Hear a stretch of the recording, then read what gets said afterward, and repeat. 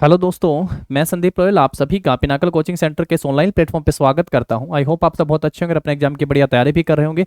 एक बार फिर से आप सभी के बीच पिनाकल पब्लिकेशन की एसएससी जीएस जनरल स्टडीज की बुक है 6500 प्लस टीसीएस एमसीक्यू, इस बुक के वीडियो सॉल्यूशन के साथ। तो चलेगा, अपनी क्लास को शुरू कर लेते हैं हम लोग। और हम लोग पढ़ रहे हैं ज्योग्राफी, और ज्योग्राफी में एग्रीकल्चर हम लोग पढ़ रहे थे, खेती बाड़ी से संबंधित, कृषि से संबंधित जो हम सबसे क्वेश्चन यहाँ से पूछे जा रहे हैं एग्रीकल्चर से संबंधित। देखते हैं टीसीएस ने यहाँ से हम सबसे कैसे क्वेश्चन पूछे हुए। लास्ट टाइम भी हम लोग अपनी क्लास को कंटिन्यू कर रहे थे। सबसे पहला क्वेश्चन देखिएगा, 375 नंबर क्वेश्चन तक हम लोग अपनी क्लास कर चुके हैं। 376 नंबर क्वेश्चन से हमारी क्लास स्टार्ट हो रही है।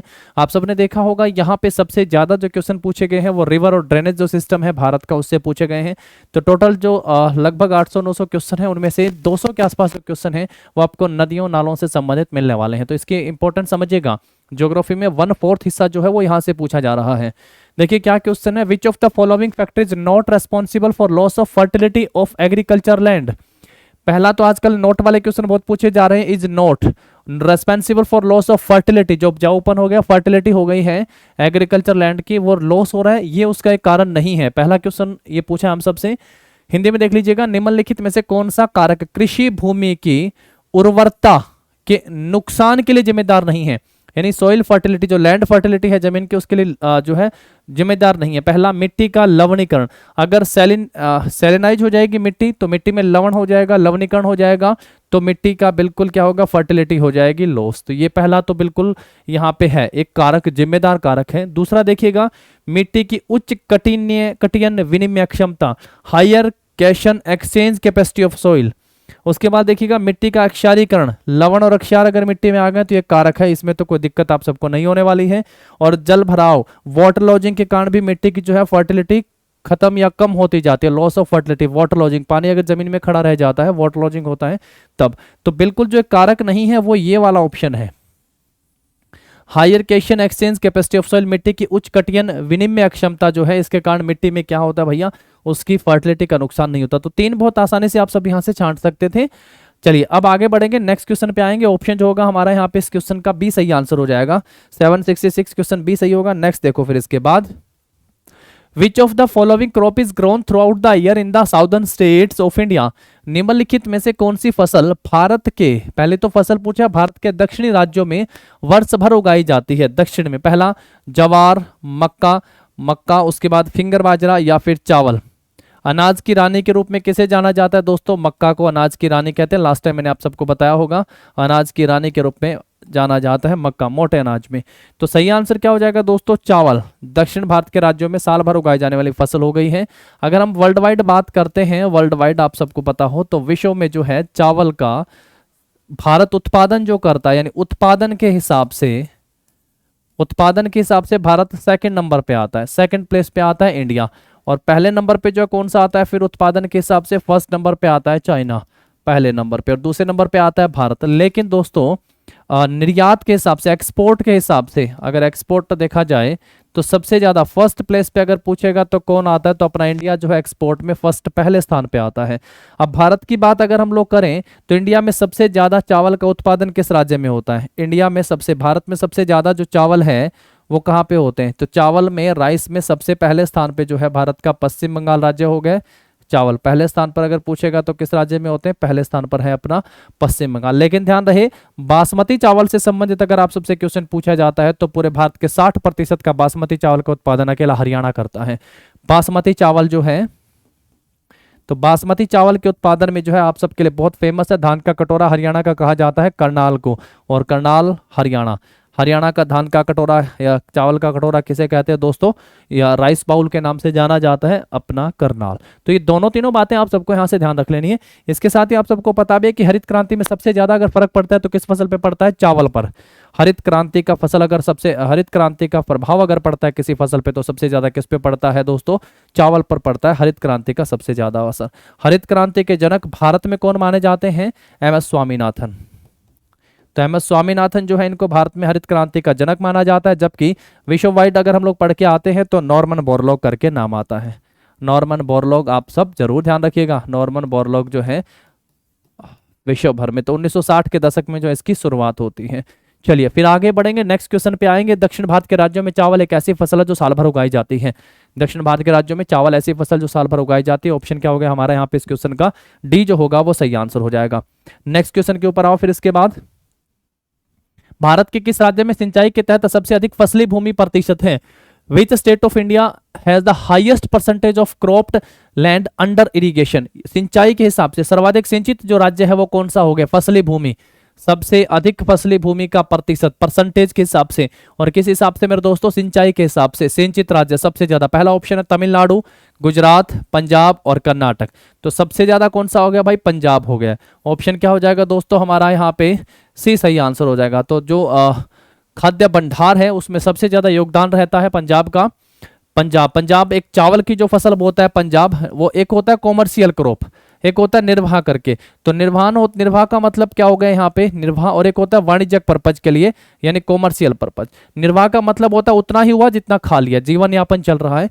तो एक होता है कॉमर्शियल, इसका मतलब क्या हो गया है कि खाने पीने के बाद बचा उसको निर्यात कराने, पैसा भी उससे कमाया है, तो वाणिज्यिक फसल हो गई। तो पंजाब की जो है चावल पंजाब की वाणिज्यिक फसल है। और निर्भय फसल अगर पूछे आप सबसे चावल कहाँ की है, तो मैंने आप सबसे कहा था उड़ीसा। ये टीसीएस का क्वेश्चन बता रहा हूँ, जो ये दोनों बातें यहाँ पे लिखी गई हैं। टीसीएस ने अपने क्वेश्चन में पूछा था कौन सी जो राज्य की जो है चावल निर्वाह फसल हो गई, निर्वाह फसल और या वाणिज्यिक फसल हो गए, तो आंसर क्या आना है आपका? उड़ीसा और पंजाब।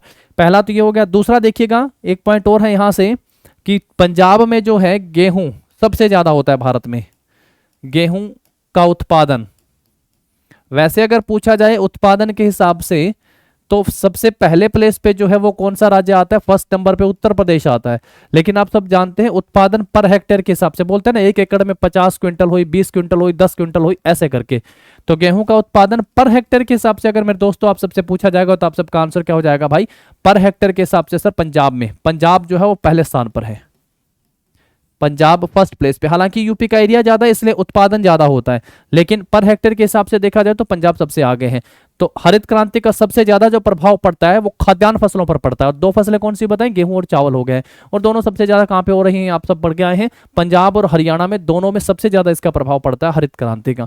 सिंचित क्षेत्र सबसे ज्यादा कहां पे हो गया प्रतिशत के हिसाब से? पंजाब में हो गया। सबसे ज्यादा सिंचित क्षेत्र कहां पे पढ़ के आते हैं दोस्तों?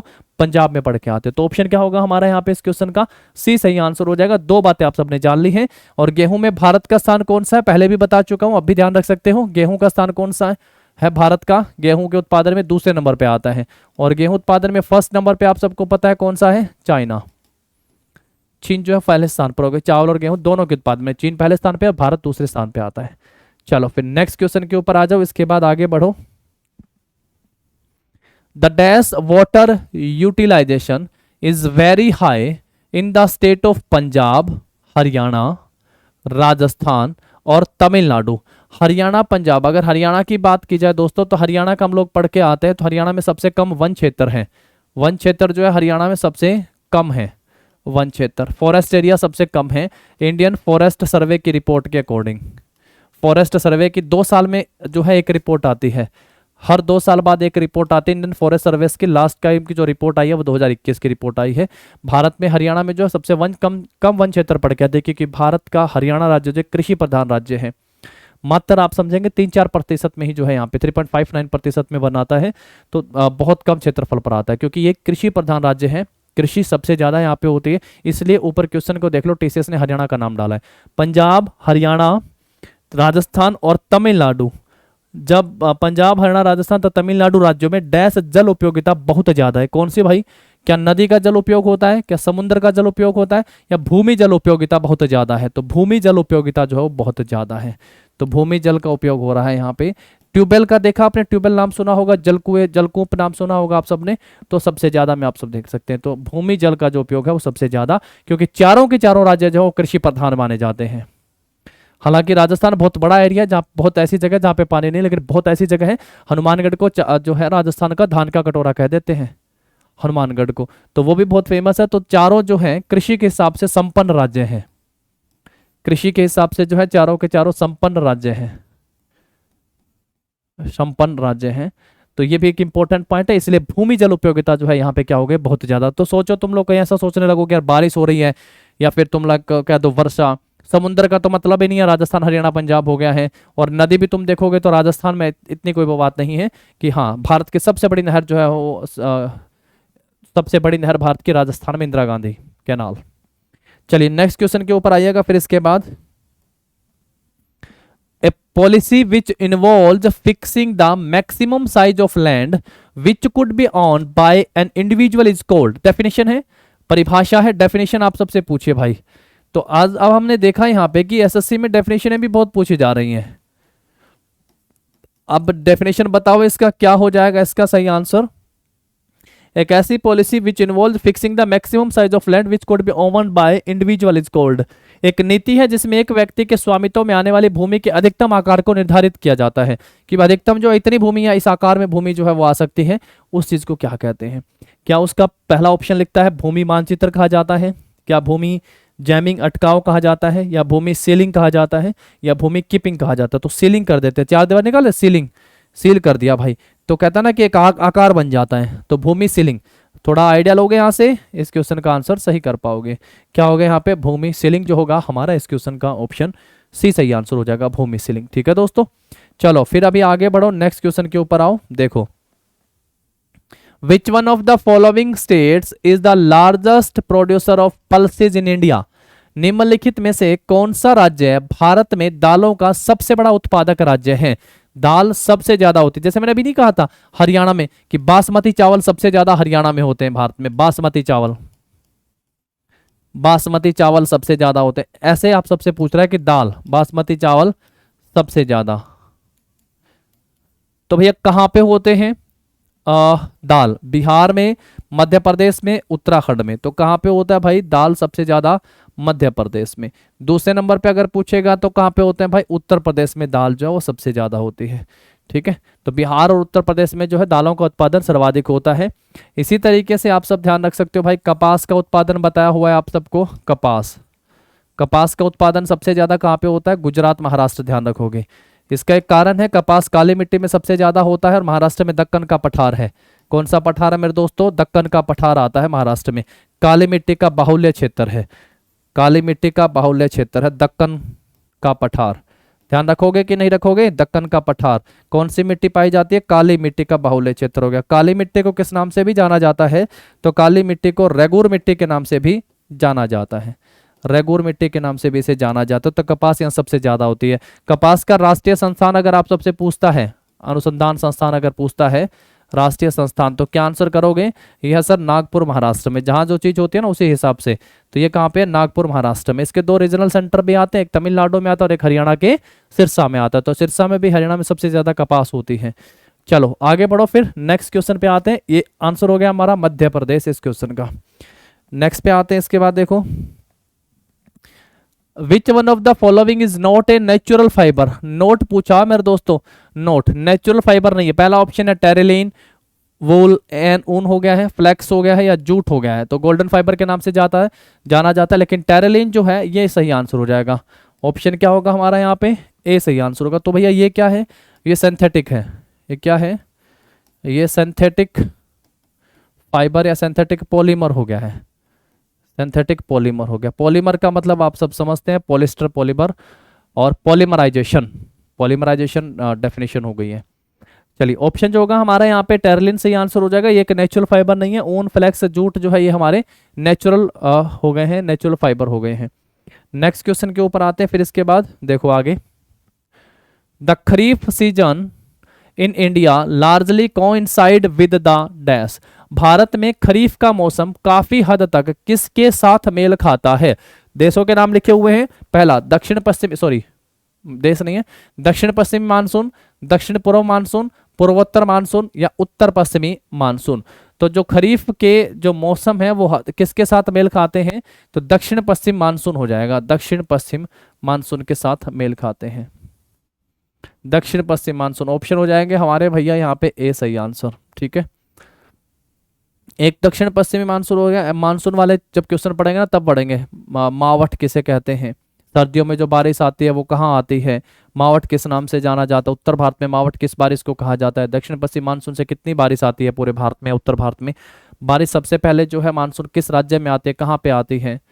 तो ये चीज़ें मानसून वाले क्वेश्चन में हम लोग इनको आगे पढ़ेंगे, ठीक है। फिलहाल इसका आंसर जो हो गया हमारा साउदर्न वेस्ट मानसून जो हो गया है, काफ़ी हद तक मौसम साउदर्न मोस्ट जो हो गया मानसून के साथ जो है मेल खाता है। नेक्स्ट देखो इसके बाद क्वेश्चन फिर हमारा ज्योग्राफी में सॉइल्स, मिट्टी से संबंधित जो है हमारे यहाँ पे क्वेश्चन आएंगे अभी। काली मिट्टी हो गया है, लाल मिट्टी हो गया है, लेटराइट मिट्टी हो गया है, इनसे संबंधित जलोढ़ मिट्टी, जल के द्वारा ढोई गई मिट्टी, जलोढ़ मिट्टी, बांगर, खादर, इन पे क्वेश्चन आ गए। देखो जरा, the bare ground between plant is covered with a layer of organic matter in order to retain soil moisture. This method is called, भाई सोइल मॉइस्चर को रिटेन रखने के लिए, वो वहीं रहे, इसलिए एक लेयर उसके ऊपर लगाई जाती है। उस लेयर को क्या कहा जाता है? मिट्टी की नमी को बनाए रखने के लिए पौधों के बीच अनावृत भूमि को जैव पदार्थ की एक परत से ढक दिया जाता है। कई बार देखो ना, घास लगा दी जाती है ऊपर, तो उस प्रोसेस को क्या कहा जाता है? तो ये भी एक डेफिनेशन आ गई, उसको मल्चिंग कहते हैं। उसको क्या कहते हैं भाई? मल्चिंग कहते हैं। ना तो चट्टान बांध कहते हैं, ना रक्षक मेखला, ना समोच्चरेखीय रोधिकाएं, तो उसको क्या कहते हैं? मल्चिंग कहते हैं।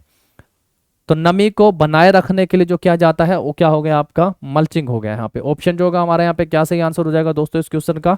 ए जो होगा वो सही आंसर हो जाएगा। चलो नेक्स्ट देखो फिर इसके बाद, identify the step that is not a part of decomposition. तो डीकम्पोजिशन का एक पार्ट जो है वो नहीं है, पूछा हुआ है आप सबसे। उस चरण की पहचान करें जो अपघटन का भाग नहीं है। डीकम्पोजिट का मतलब समझते हो आप सब? विघटन हो जाता है ना, चीजें खत्म होने की ओर होती है, अपघटन हो रहा है। तो डीकम्पोजिशन का एक पार्ट जो है नहीं है करके पूछा है। आजकल नोट वाले क्वेश्चन पेपर में ज्यादा देखने को मिल रहे हैं, आप सबने देखा होगा। पहला लिखता है लीचिंग करके, दूसरा लिखता है ह्यूमिनिफिकेशन, तीसरा लिखता है कैटाबलिज्म, और चौथा लिखता है सॉइल इरोजन। तो सॉइल इरोजन कहां से डीकम्पोजिशन हो गया? मिट्टी कटाव। देखो मतलब सिंपल डेफिनेशन में ही आप समझ जाएंगे। सॉइल इरोजन, मृदा अपरदन, मिट्टी कटाव, इसे रेंगती हुई मृत्यु भी कहा जाता है। रेंगती हुई मृत्यु, रेंगती हुई मृत्यु भी जो है इसे कहा जाता है। सोइल इरोजन, मिट्टी कटाव के नाम से इसको जाना जाता है। मृदा अपरदन इसको कह दिया गया है। तो बाकी जो तीन है अपघटन के भाग हो गए हैं, लीचिंग हो गया, ह्यूमिनिफिकेशन हो गया और कैटाबोलिज्म जो है वो हो गया। तो एक प्रोसेस हो गया डिकम्पोजिशन, उससे संबंधित हो गया है। 5 चरण होते हैं इसमें से, ये 3 तो आप सब देख रहे हैं, लीचिंग हो गया, ह्यूमस हो गया है और आपका कैटाबोलिज्म हो गया। जो डिकम्पोजिशन होता है ना, इसके 5 चरण, उन 5 चरण में से आप सब देख पा रहे हैं 3 आपको यहाँ पे दे रखे हैं। ठीक है, चलो नेक्स्ट क्वेश्चन के ऊपर आते हैं। फिर इसके बाद हम लोग उस चरण की पहचान करें जो अपघटन का भाग नहीं है करके रिपीट हो गया क्या question? The lava plateaus are rich in which kind of soil. अच्छा, हिंदी वाला जो है वो रिपीट हो गया है, कोई बात नहीं। क्या लिखता है? The lava plateaus are rich in which kind of soil. किस में है भाई? कौन सी मिट्टी होती है यहाँ पे लावा प्लेट्यू में? लेटराइट मिट्टी, जलोढ़ मिट्टी, लाल मिट्टी या काली मिट्टी? तो देखो, जलोढ़ मिट्टी तो होती है जल के द्वारा जो बनाए गए गंगा ब्रह्मपुत्र के मैदान हो गए, उत्तर भारत के जो मैदानी भाग हो गए वहां पे कौन सी मिट्टी हो गई है? तो जलोढ़ मिट्टी हो गई, उत्तर मैदानी भाग हो गए हैं। लेकिन जो आप सबके प्लेट्यू लिखता है ना, जैसे मैंने दक्कन का पठार आप सबके लिए भी बोला था, दक्कन प्लेट्यू बोला था, तो हाँ दक्कन प्लेट्यू कहा था ना, दक्कन का पठार। तो ऐसे ही आप सबसे हिंदी में भी पूछ लेता वो दक्कन का पठार करके। ठीक है, लावा का पठार जैसे कह दिया है। दक्कन का पठार कहाँ पे है? महाराष्ट्र में है। कहाँ पे मेरे दोस्तों? महाराष्ट्र में। कौन सी मिट्टी बहुतायत में पाई जाती है? तो काली मिट्टी जो है सबसे ज्यादा यहाँ पे पाई जाती है। काली मिट्टी बहुतायत में पाई जाती है। दक्कन का पठार महाराष्ट्र में, और काली मिट्टी में सबसे ज्यादा फिर यहाँ पे क्या होता है? भी कपास होता है। दक्कन के पठार के पूर्वी भाग को किस नाम से जाना जाता है? इसके पूर्वी भाग को किस नाम से जाना जाता है भैया? विदर्भ कहते हैं। विदर्भ के नाम से इसको जाना जाता है। तो ऑप्शन क्या हो गया हमारे यहाँ पे इस क्वेश्चन का? डी जो होगा वो सही आंसर हो जाएगा। देखो डालो एक बार बोर्ड पे नजर। लाल मिट्टी भी है, आगे लेटराइट मिट्टी, जलोढ़ मिट्टी, इन सबसे हम लोग देखेंगे कि किस तरीके के क्वेश्चन आप सबसे पूछे जाएंगे। ठीक है, चलिए नेक्स्ट देखिएगा। फिर इसके बाद हमारा which of these method is used for conservation of land resource. भूमि संसाधन के संरक्षण के लिए निम्न में से किस विधि का उपयोग किया जाता है? क्या लिखा? भूमि का जो संसाधन जो नीचे हैं उनका संरक्षण बचाए रखने के लिए क्या किया जाता है? पहला ऑप्शन लिखता है वनोन्मूलन, डिफोरेस्टेशन करो, पोचिंग अवैध शिकार करो, या फिर क्या करो? भूमि उद्धार करो, लैंड रिक्लेमेशन, या फिर रासायनिक कीटनाशकों का अंधाधुंध उपयोग करो। भाई अंधाधुंध उपयोग करने से क्या भूमि संरक्षित रहेगी? ना, गलत बात है। अवैध शिकार से कैसा होगा क्या जंगलों को, पेड़ पौधों को काटने से खनिजों का नुकसान नहीं होगा? तो रिक्लेमेशन, लैंड रिक्लेमेशन जो होगा वो हमारा ऑप्शन जो होगा इस क्वेश्चन का सही आंसर हो जाएगा। इसको रिक्लेमेशन का मतलब सोचते भूमि उद्धार भी लिख दिया यहाँ पे, नहीं तो आप सब इसको लिखते हैं भूमि पुनर्ग्रहण करके। भाई चीजें जो है वापस आ रही है, भूमि पुनर्ग्रहण मतलब जमीन को वापस वो चीजें देना जो उसने लॉस करी हैं। तो रिक्लेमेशन होता है ना, कहते हैं रिक्लेमेट होना मतलब वापस से वो चीजें पाना। जब कोई बीमार होता है तो कहता है रिक्लेमेट होना, मतलब स्वास्थ्य सुधार से संबंधित जैसे बातें हो गई हैं। तो वैसे ही हमारा जो ऑप्शन होगा यहाँ पे इस क्वेश्चन का क्या सही आंसर हो जाएगा दोस्तों? ऑप्शन सी सही आंसर हो जाएगा। भूमि उद्धार से संबंधित लैंड रिक्लेमेशन हो जाएगा। किस विधि का उपयोग लैंड कंजर्वेशन के लिए किया जाता है? तो आंसर क्या होगा? लैंड रिक्लेमेशन जो होगा वो सही आंसर हो जाएगा। चलो नेक्स्ट क्वेश्चन के ऊपर आओ फिर इसके बाद। Which is the most suitable soil for growing of coffee in India? काली मिट्टी, लाल मिट्टी, लेटराइट और जलोढ़। जलोढ़ मिट्टी में तो बहुत सारा कपास, गेहूं इनका उत्पादन सबसे ज्यादा होता है भाई। कपास हो गया है, चावल हो गया है, गेहूं हो गया है, इनका सबसे ज्यादा होता है यहाँ पे, ठीक है। काली मिट्टी में कपास सबसे ज्यादा होती है। जलोढ़ में इसका मतलब ये नहीं कि नहीं होती है, होती है, ठीक है। लेटराइट जो सोइल है, लेटराइट ये कहाँ पे पाई जाती है भैया? केरला से याद रख लो, मतलब साउथ में पाई जाती है, केरला में। इसके साथ यहाँ पे भैया क्या क्या हो जाता है? यहाँ पे काजू का उत्पादन हो जाता है भाई, काजू का उत्पादन सबसे ज्यादा होता है लेटराइट में। चाय का उत्पादन सबसे ज्यादा होता है यहाँ पे। इलायची बहुत होती है भाई, इस वजह से इलायची।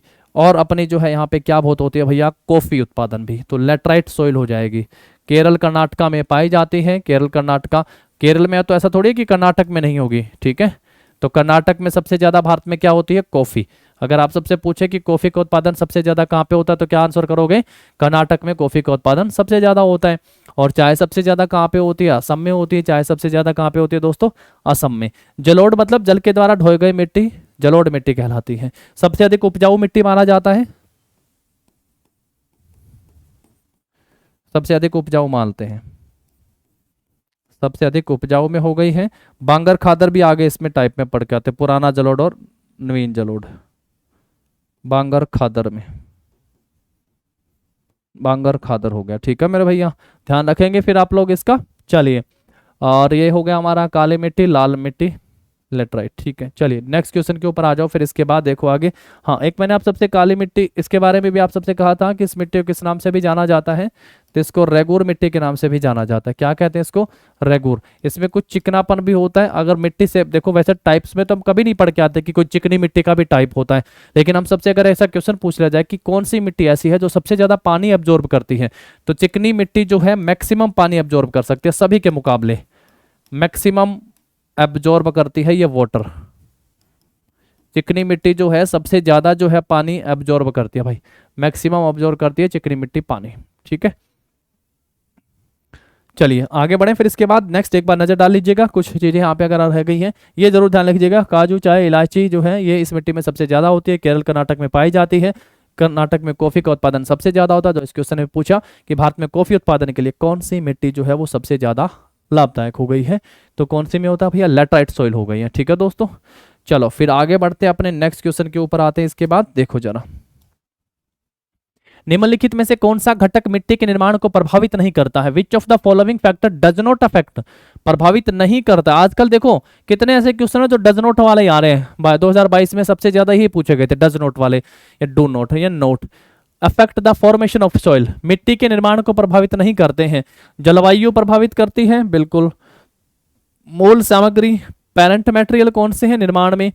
भूस्खलन, लैंडस्लाइड और स्थलाकृति। लैंडस्लाइड से क्या मिट्टी निर्माण होगा भाई? लैंडस्लाइड मतलब प्रभावित नहीं करता है, पूछा आपसे। तो टोपोग्राफी तो बिल्कुल मिट्टी में क्या कुछ है नहीं है, इससे प्रभावित होता है। लैंडस्लाइड हो जाएगा सही आंसर।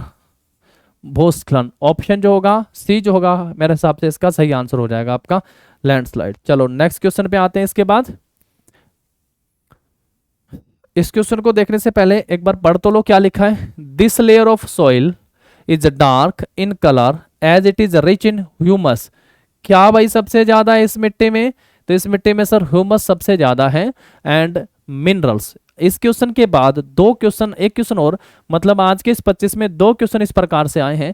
अब देखने पर से लगता है कि भाई पता नहीं कहां से क्या पूछ लिया और क्या क्या ऑप्शन आप सबको यहाँ पे दे दिए हैं, लेकिन अभी मैं आप सबको एक दो बातें यहाँ से बताऊंगा जिसके बाद आप इन चीजों को क्लियर कर लेंगे कि क्या सबसे ज्यादा इनमें होता है और कैसे यहाँ से क्वेश्चन पूछे जाते हैं। और दोनों क्वेश्चन बिल्कुल सेम से ही पूछे, बट थोड़ा सा चेंजेस के साथ, आंसर दोनों का सेम है।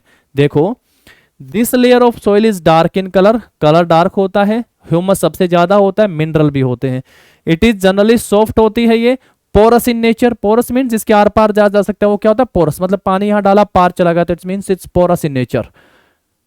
And can retain more water, और ये ज्यादा पानी को एब्जॉर्ब कर सकती है। इट इज कोल्ड, इसको क्या कहते हैं हिंदी में, देखो जरा एक बार, मिट्टी की यह परत गहरे रंग की होती है। क्यों, ये भाग के नहीं जाना है, छोड़ के नहीं जाना है इस क्वेश्चन को, देखो जरा बहुत आसान सा क्वेश्चन है, इतनी बड़ी स्टेटमेंट के साथ लगता है पता नहीं क्या पूछ लिया, लेकिन अगर हम आपको बताऊंगा टाइप्स में तो आप सब आसानी से आंसर कर देंगे। एक एक पॉइंट में बताऊंगा, देखना।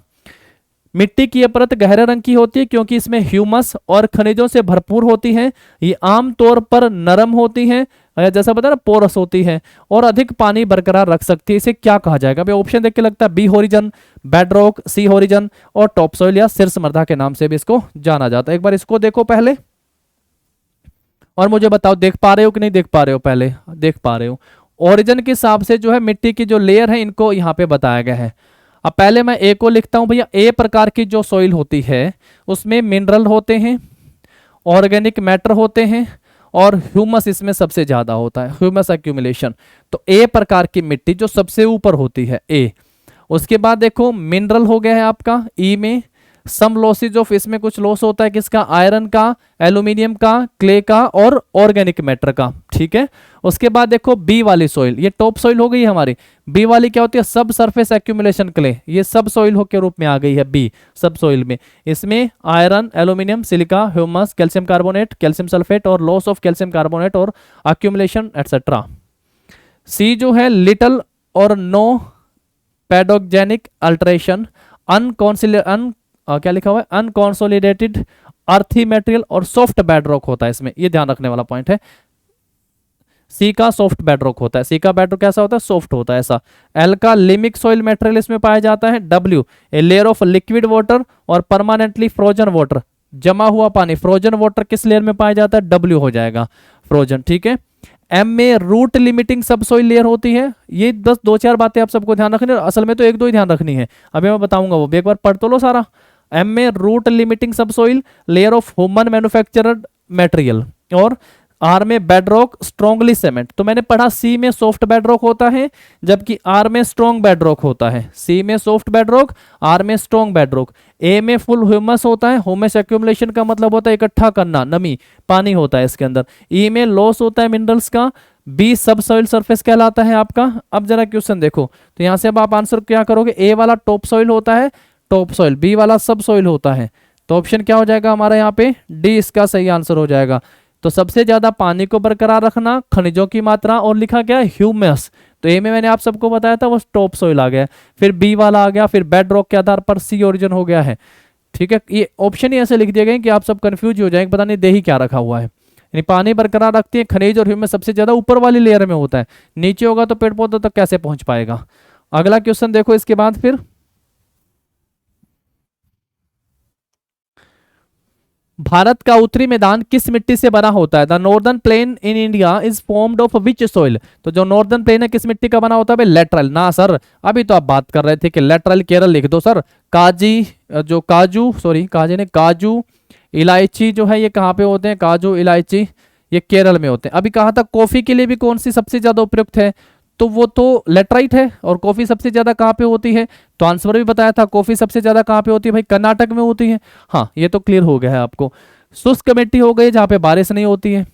जलोढ़ मिट्टी जल के द्वारा ढोई गई मिट्टी होती है, जल के द्वारा गंगा ब्रह्मपुत्र का मैदान हम लोग पढ़ लेते हैं। तो ये जो होता है उत्तरी भारत का हो गया है, उत्तरी भारत का। शुष्क जो होता है वो राजस्थान में देख लो आप सब।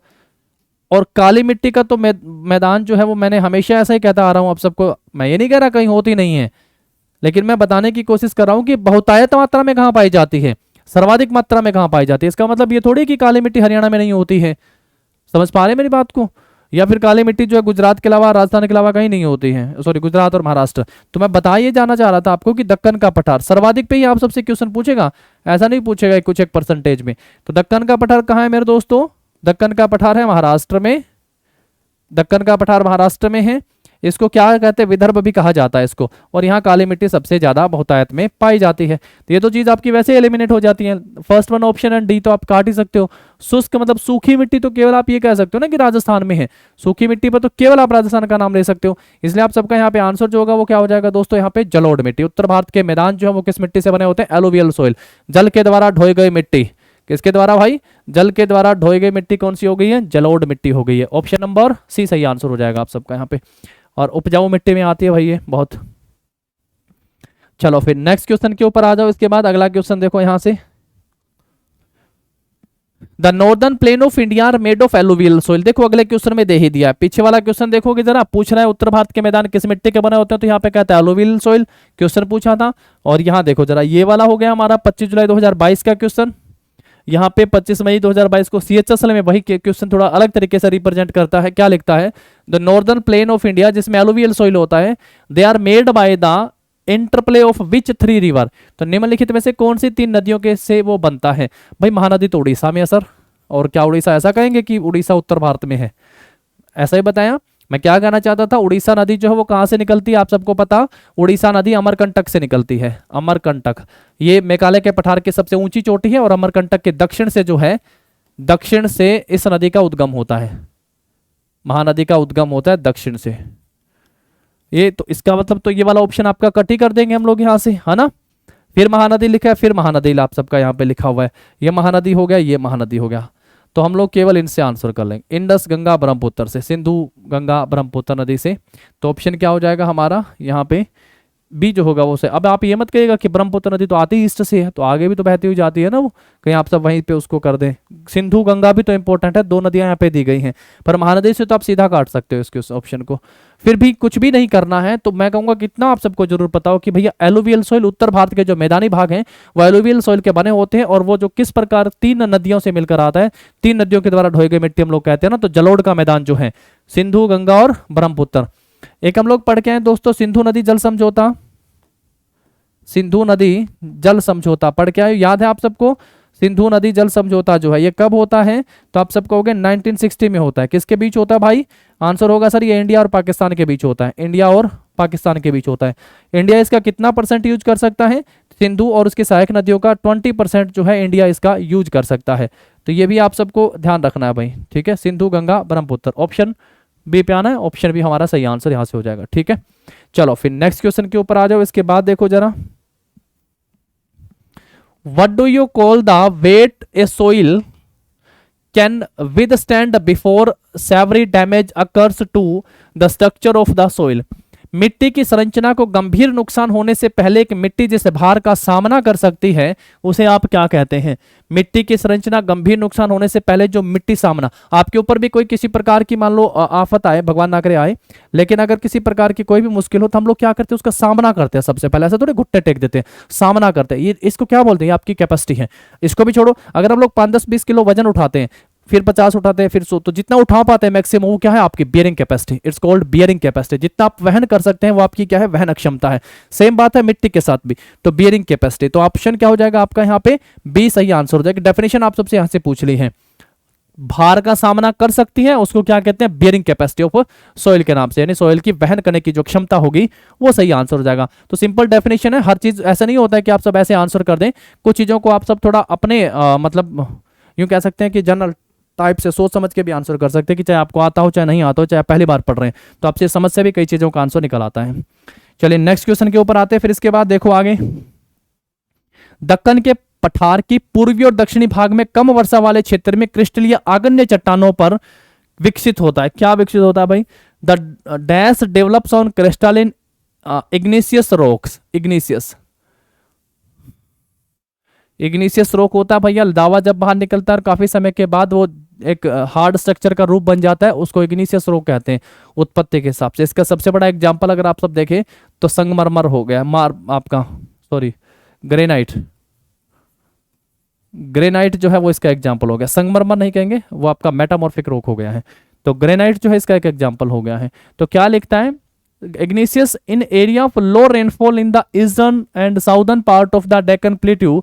दक्कन के पठार के पूर्वी और दक्षिणी भाग में कम वर्षा वाले क्षेत्रों में क्रिस्टलीय आग्नेय चट्टानों पर डैश विकसित होता है। 394 क्वेश्चन। तो क्या विकसित होता है भाई यहाँ पे दक्कन के पठार के पूर्वी, इसको पहले तो इसको कहते क्या है,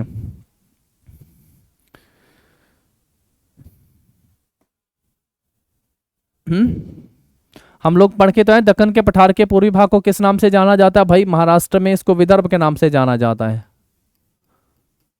महाराष्ट्र में इसको क्या कहते हैं, तो इसको महाराष्ट्र में विदर्भ के नाम से जाना जाता है। वैसे हम लोग पढ़ के आते हैं काली मिट्टी का बाहुल्य क्षेत्र इस साइड है, तो काली मिट्टी का है, और काली मिट्टी जो है कहाँ पे होती है, तो ये महाराष्ट्र में। पर इसमें थोड़ी अलग बात लिखी गई है, पूर्वी और दक्षिणी भाग जहाँ कम वर्षा होती है वो जो है लाल मिट्टी वाला क्षेत्र बताया, रेड सोइल, लाल हो गया। तो रेड आयरन ऑक्साइड के कारण किसी का रंग लाल होता है, चाहे आपके ब्लड का हो चाहे मिट्टी का हो, है ना, तो लाल वाली मिट्टी हो गई है। वैसे तो हम लोग यही पढ़ के आते हैं विदर्भ दक्षिण महाराष्ट्र में जो होता है काली मिट्टी का बाहुल्य क्षेत्र है, इसलिए यहाँ पे जो है कपास सबसे ज़्यादा होती है ना, और कपास सबसे ज़्यादा होती है इसलिए यहाँ पे कपास का अनुसंधान संस्थान भी बनाया गया है। ये कहाँ पे बनाया गया, नागपुर में बनाया गया है दोस्तों। क्या हो जाएगा, नागपुर। तो लेकिन जैसे इसने बोला ना क्रिस्टलीय आगन्य चट्टानों पर, तो आप इस आगन्य चट्टानों से ध्यान रख लीजिएगा, आग जो है वो कैसे होते हैं भैया, लावा आपका लाल होता है। तो इसलिए थोड़ा करके इस पॉइंट को अलग से आपको माइंड में ध्यान रखना है, ठीक है। अगली 2-3 बार मैं इसको रिपीट कर दूंगा कि पूर्वी और दक्षिणी पठार जो है, दक्षिणी हिस्सा जो है किसका, दक्कन के पठार का, और कम वर्षा के कारण जो आगन्य चट्टाने जो होते हैं क्रिस्टलीय चट्टानों पर क्या विकसित होता है, तो उनके ऊपर लाल मिट्टी जो है वो विकसित हो जाती है बारिश कम होने के कारण। चलो नेक्स्ट क्वेश्चन देखो फिर इसके बाद, काली मिट्टी के बारे में निम्नलिखित में से कौन सा कथन गलत है भाई, which of the following statements about black soil is incorrect, गलत बताना है आप सबको, ध्यान से पढ़ने वाला होता है। ये दक्कन जाल के साथ पाया जाता है भाई, अभी तो पढ़ के आए यार, ये बहुत बार कंफ्यूज क्यों कर रहे हो, बिल्कुल पाया जाता है। ये कहाँ पे है, ये महाराष्ट्र में। याद ही हम लोग ऐसे करते हैं कि महाराष्ट्र है, दक्कन का पठार है, काली मिट्टी है, कपास सबसे ज्यादा होती है महाराष्ट्र गुजरात में। इसमें नमी धारण करने की अच्छी क्षमता होती है। हाँ सर कहा था, ये भी ये कैसे कहा था भाई, ये चिकनी टाइप की होती है, कोई चिकना को टाइप नहीं होता है, मिट्टी की प्रवृत्ति होती है चिकनी, तो इस वजह से चिकनी मिट्टी की जो है पानी एब्जॉर्ब करने की क्षमता सबसे ज्यादा होती है, तो ये पानी एब्जॉर्ब की क्षमता सबसे ज्यादा होती है। थर्ड वन कहा था गर्म मौसम में इसमें गहरी दरारें पड़ जाती हैं। हाँ सर ये भी देखा था, महाराष्ट्र में ऐसे लातूर वाले और ऐसे जो जगह है जहाँ पे जब सूखा पड़ता है तो ऐसे एक किसान ऊपर की तरफ बारिश के आसमान की तरफ देखते हैं कि कब बारिश आएगी, और नीचे बहुत सारी जमीन की दरारें हमें दिखाई देती है। ऐसा एनसीईआरटी में आप फोटो आपको मिल जाएगा, है ना। तो चिकनी मिट्टी की प्रवृत्ति होती है कि जब सूख जाती है ना तो एक्सपेंड हो जाती है वो, जैसे ही बारिश आती है तो वो दरारें भर जाती हैं आपस में, तो वो एक्सपेंडेशन उसका हो जाता है, दरारें वापस से उसके भर भी जाती हैं। तो ऐसा करके भी इन पॉइंटों को आप सबको ध्यान रख लेना है, ठीक है मेरे दोस्तों। तो ये भी पॉइंट बिल्कुल सही है, इसमें मुझे लगता है कोई दिक्कत है गर्म, और अगर यही चीज होती है कि बारिश आने पर दरारें वापस से भर जाती है, उसकी वॉल्यूम कम हो जाती है, वॉल्यूम जो है वो क्या हो जाती है, कम हो जाती है, पानी अब्जॉर्ब कर लेता है। इसमें फॉस्फोरस की मात्रा अधिक होती है, बात गलत है, ये बात गलत हो गई है भैया। तो ऑप्शन क्या कर देंगे, डी।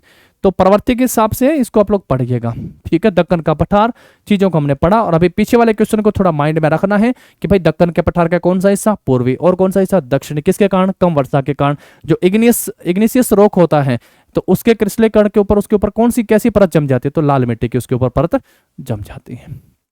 ऑप्शन डी आंसर कर लेंगे यहाँ से। चलो इसके बाद फिर से अगले क्वेश्चन के ऊपर आते हैं, यहाँ से इसको एक बार फिर से पढ़ो जरा, फिर से वही क्वेश्चन आ गया जो पहले आया था।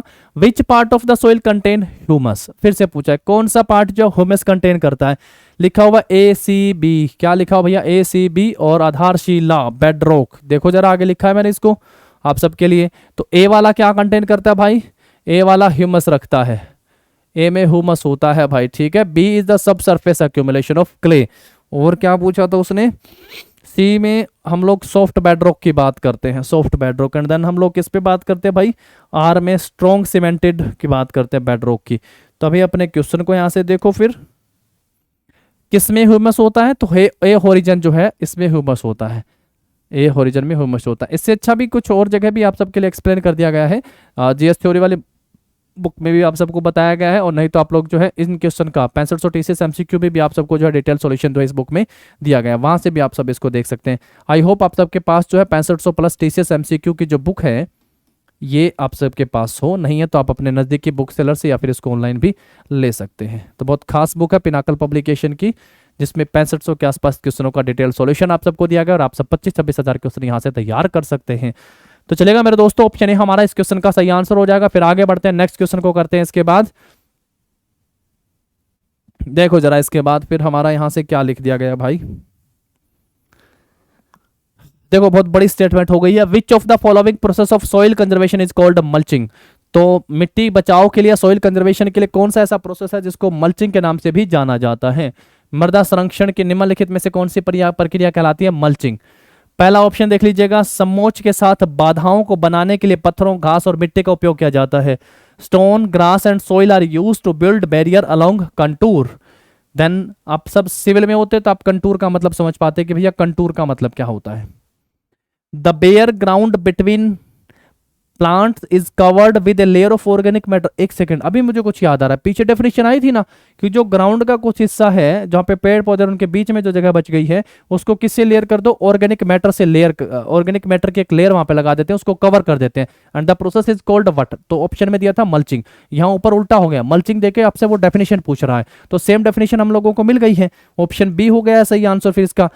पौधों के बीच खाली जमीन पुआल जैसे कार्बनिक पदार्थों की एक परत ढकी होती है, ऑर्गेनिक मैटर से एक लेयर बनी होती है, covered with a layer of organic matter is called mulching. उसको क्या कहते हैं? मल्चिंग। ताकि भूमि के अंदर जो ह्यूमस है, जो खनिज है, वो क्या रहे? आपके कंजर्व रहे, संरक्षित रहे, उसमें किसी प्रकार की कोई बाधा ना आए। ऑप्शन बी मेरे दोस्तों यहाँ पे क्या कर देना, आप सबको इस क्वेश्चन का सही आंसर कर देना है। ठीक है, चलो फिर आगे बढ़ो, नेक्स्ट क्वेश्चन के ऊपर आओ। इसके बाद इसको देखो क्या लिखता है आप सबके लिए यहाँ पे। The entire northern plains of India are made of. Bharat का संपूर्ण उत्तरी मैदान किससे बना है? भारत का संपूर्ण उत्तरी मैदान किससे बना है? पहला काली मिट्टी से बना है, दूसरा पीली मिट्टी से बना है, तीसरा शुष्क मिट्टी से बना है, और जो चौथा पॉइंट यहाँ पे लिखता है वो किससे बना भाई? ये जलोढ़ मिट्टी से बना हुआ है। तो क्या लिखता है यहाँ पे? The entire northern player. 3 बार ये क्वेश्चन इस क्लास में हम लोग पढ़ चुके हैं। जो नॉर्दर्न प्लेयर गंगा सिंधु ब्रह्मपुत्र का मैदान हो गया है, किस मिट्टी से बना है? जलोढ़ या एलुवियल सॉइल से बना हुआ है। तो सही आंसर क्या हो गया? Alluvial soil. ऑप्शन मेरे दोस्तों क्या होगा? डी सही आंसर हो जाएगा। रिपीटेड क्वेश्चन है, पहले पढ़ चुके हैं आप लोग इस क्वेश्चन को। चलो नेक्स्ट क्वेश्चन के ऊपर आ जाओ, फिर इसके बाद आगे देखो। Dash the thick deposit of glacial clay and other material embedded with moraines. हिमाच्छादित मिट्टी और अन्य सामग्री के मोटे निक्षेप है जो मोराइन से जुड़े हुए। एक डेफिनेशन है, इसको करेवा कहते हैं। Is called karewa. इसको क्या कहते हैं भैया? इसको करेवा कहते हैं। करेवा जो है हिमाच्छादित मिट्टी और अन्य सामग्री के मोटे निक्षेप हैं जो मोराइन से जुड़े हुए हैं, क्या कहलाएगा? करेवा। पहले भी आ चुका है, डेफिनेशन क्या कहलाएगी इसकी? करेवा जो होगा हमारा इसका सही आंसर हो जाएगा। चलिए नेक्स्ट क्वेश्चन के ऊपर आते हैं फिर इसके बाद। Dash is a deep red soil found in tropical regions and often developed on mafic igneous bedrock। Dash igneous bedrock से फिर मुझे वो याद आ रहा है दक्कन का पठार, जिसमें क्या बताया गया था कि पूर्वी और दक्षिणी हिस्सा जिसपे कम बारिश होती है, जहां पे क्रिस्टल का जो क्रिस्टल होता है, इग्निशियस रॉक का जो क्रिस्टलीकरण होता है, ऊपर कौन सी लेयर जम जाती है? तो हम कहते हैं वहां पे लाल मिट्टी जम जाती है। ऊपर बताया ना रेड सॉइल, वहां पे आंसर करा था। तो ये बात फिर से लिखता है कि उष्ण कटिबंधीय क्षेत्र, यहाँ पे देखो इग्निशियस बेडरॉक लिखा हुआ है आपका, है ना? ऐसी मिलती जुलती चीजें हैं, तो ध्यान रखना है। रेड सॉइल, ये देखो लाल मिट्टी फाउंड होते हैं ट्रॉपिकल रीजन, उसको क्या कहते हैं भाई? इन ट्रॉपिकल लाल मिट्टी। उष्ण कटिबंधीय क्षेत्रों में पाई जाने वाली एक गहरी लाल मिट्टी और अक्सर मासिक आग्नेय आधार पर विकसित होती है, तो उसको लैटराइट सॉइल कहते हैं। क्या कहते हैं उसको? लैटराइट सॉइल कहते हैं। ये मैंने आप सबसे कहा भैया ये लैटराइट सॉइल कहाँ पे पाई जाती है? तो केरल में पाई जाती है। केरल कह के मैंने आप सबको कर्नाटक भी बताया था। कर्नाटक इसलिए बताया था क्योंकि इसने पेपर में आप सबसे पूछा है कि कॉफी का उत्पादन सर्वाधिक जो है किस मिट्टी में होता है, तब आंसर करके आया था लैटराइल और ये लैटराइट। और ये मुझे पता है कि कॉफी सबसे ज्यादा कहाँ पे होती है? कर्नाटक में होती है। और केरल में मैंने कहा था आप सबसे पूछेगा भैया कि काजू सबसे ज्यादा जो है वो कहाँ पे होते हैं? काजू। उसके बाद अगर आप सबसे पूछे इलायची, काजू, इलायची, ये जो है सबसे ज्यादा कहाँ पे होते हैं? तो ये लैटराइट सॉइल में होता है। चाय सबसे ज्यादा कहाँ पे होती है भाई? असम में चाय सबसे ज्यादा होती है। सेकंड वन चाय कहाँ पे होती है? फिर वेस्ट बंगाल में होती है। ऐसा कर लेंगे हम लोग, ठीक है भैया? इसका मतलब कतई ये ना समझें कि केवल एक ही जगह, बट बहुतायत मात्रा में जो पाई जाती है वो मैंने आप सबको यहाँ पे बता दिया। अब चीजें ये भी तो जरूर है कि ये सबसे ज्यादा कहाँ पे होते हैं, ये इंपॉर्टेंट नहीं है। वो क्वेश्चन आपसे ये पूछ रहा है कि बताओ भैया काजू सबसे ज्यादा किस प्रकार की मिट्टी में होता है, कॉफी सबसे ज्यादा किस प्रकार की मिट्टी में होता है। तो यहां से आप सबने ऐसे क्वेश्चनों को देखा और समझा और इनको आप सबने यहां से कर दिया, तो सही आंसर हमारा क्या हो जाएगा? लैटराइट हो जाएगा। ऑप्शन क्या होगा दोस्तों इस क्वेश्चन का? सी सही आंसर हो जाएगा। तो थोड़ा इन चीजों को आप सबको समझ लेना है, आंसर कर देना है। तो चलिए आज हमारे यहाँ पे 400 क्वेश्चन कंप्लीट हो गए हैं। कल फिर मिलते हैं, कुछ और आगे पढ़ते हैं, नेक्स्ट क्वेश्चन पे आएंगे। तब तक ले पढ़ते रहिएगा, देखते रहिएगा। आप सबको आपके एग्जाम के लिए बेस्ट विशेष, जल्दी मिलेंगे। और तब तक आप सबको मैंने कहा कि आप सबके पास 6500 प्लस TCS MCQ बुक है, इसमें से आप सबको जो है रिवीजन करनी है भाई। रिवीजन करनी है। वीडियो देखने के बाद ऐसा थोड़ी है कि रिवीजन के लिए आप फिर से वीडियो को देखेंगे। आप सब कैसे तैयारी करेंगे, वीडियो के बाद आप सब जो है आप पीडीएफ के जरिए अपनी तैयारी को आगे बढ़ाएंगे। ठीक है दोस्तों, तो सही आंसर आपका लेट राइट ऑप्शन सी। ठीक है, थैंक यू।